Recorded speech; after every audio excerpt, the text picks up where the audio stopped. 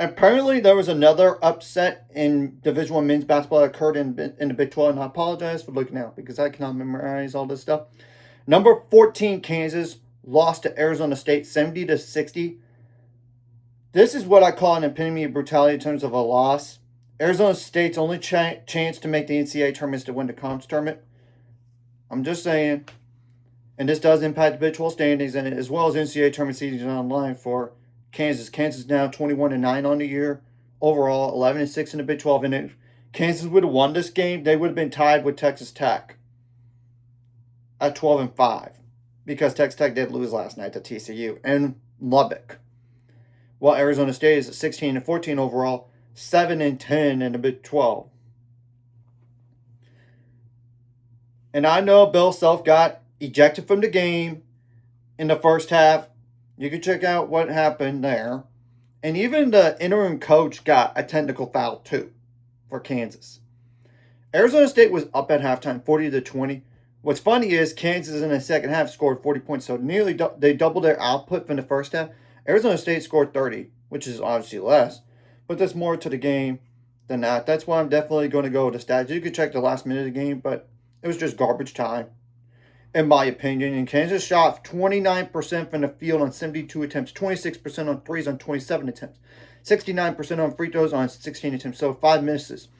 They had 55 rebounds in this game, 25 offensive, 14 assists, 17 turnovers, 12 steals, 3 blocks, 19 fouls, only 5 points off the bench. I mean, Cole Rosario with 2, Jamar McDowell with 3. 3 double-digit scores literally combined for Floyd Badunga had a double-double, 14 points and 13 rebounds in this game, so he was not necessarily the problem in terms of the offense.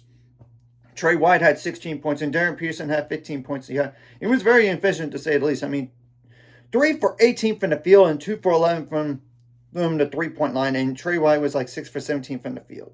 And he did have 14 rebounds as well, and Darren Peterson actually had 10 rebounds. So 3 guys with double-doubles, and they still lost.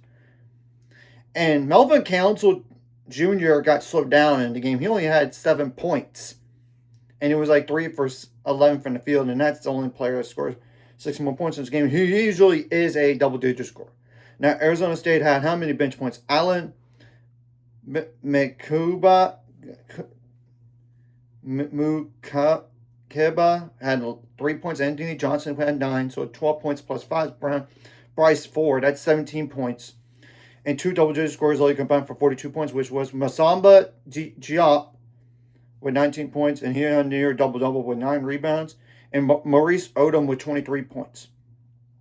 And 2 players scored 6 or more points in this game. I mean, Santiago Trout, I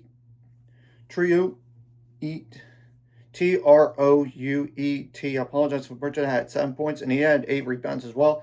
And obviously Anthony Johnson with 9 points, so 16 points right there. Arizona State shot the ball better, actually, in all areas. From the field, 32% on 59 attempts, so not a ton better. 32% on threes on 25 attempts.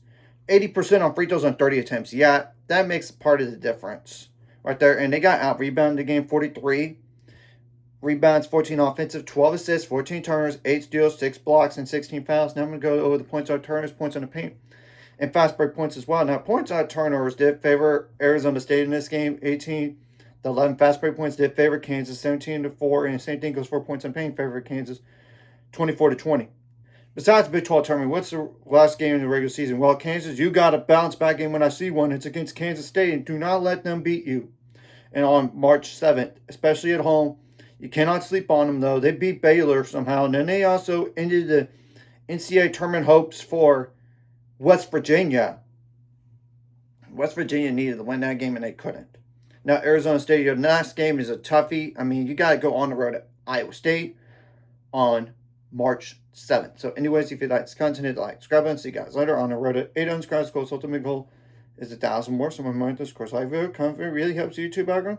So, more people see this, and the video does as well. So, more people can watch. And if you're watching and not subscribe, hit subscribe button for the notification bell as well.